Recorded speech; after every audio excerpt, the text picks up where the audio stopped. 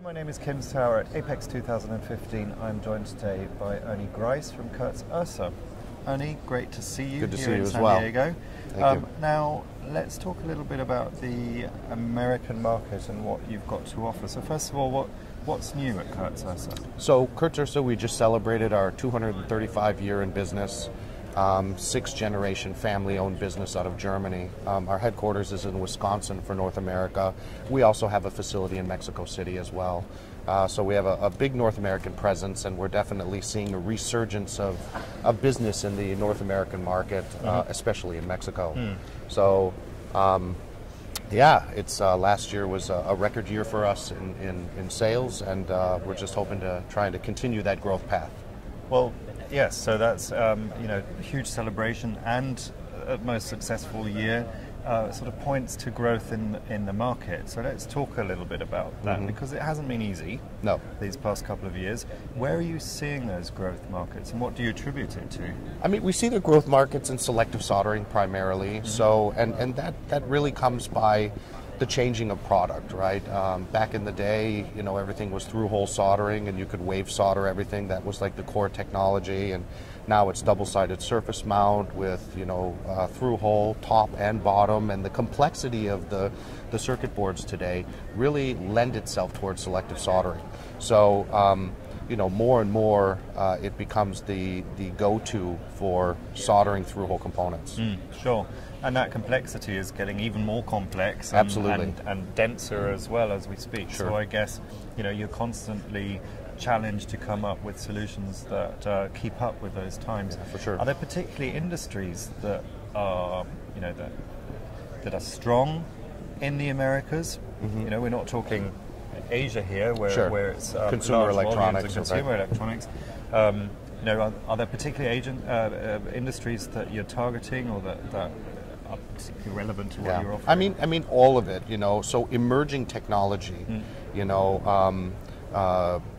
Electric vehicles and hybrid vehicles, and the automotive industry has been very strong for us in North America because of this emerging technologies. And they're looking for reducing fuel efficiency or increasing fuel efficiency and such, and that usually requires more electronics in the vehicle, which lends itself again to Ersa products. So that's very good. Automotive is very strong for us. But industrial controls, everything from water meters to electric meters and alternative technologies, military and aerospace, they're not going to offshore that stuff. So, so that's always remained strong here. Yeah. And those products are also very difficult. They're very thermally challenging. And, when you have a very thermally challenging, dense product that is really difficult and challenging to build, it just falls right into our expertise path. Absolutely. Now, obviously there's the USA, where there's a strong automotive industry, but there's also a lot of contract manufacturing going on outside of the US, near the borders, as you speak. So a lot of talk about manufacturing coming back to the States, but also into areas like Mexico. Sure. I mean, we've seen Juarez and Tijuana and Chihuahua and Guadalajara and Monterrey have all taken, they all took a hit years ago when everyone was going to China to build them, but it's coming back, and it's coming back because they can build a quality product. Instead of offshoring, it's like nearshoring now, and they're definitely booming. So all of those areas are hotbeds, and we work with all of them. So.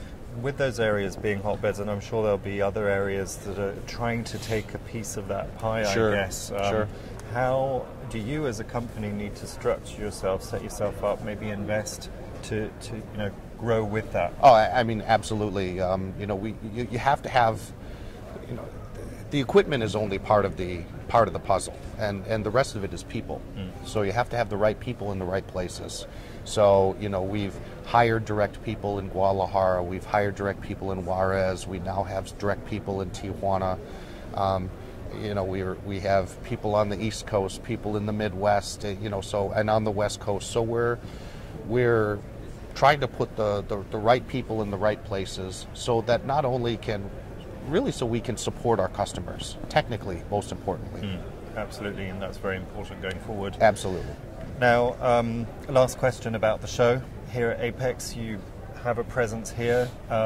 What's the first day been like? Any highlights to report? Yeah, I mean, the first day, it was steady busy all day. So it was steady busy. The traffic was a little light in the morning, but in the afternoon we were completely swamped, and had some very good things coming through. You know, some customers coming in and saying, okay, we need this machine and we need it by this date, and you know, so it's not just, you know, show me what you got. It's let's make a deal. So that's fantastic. We love shows like that. Yes. Right. Yes.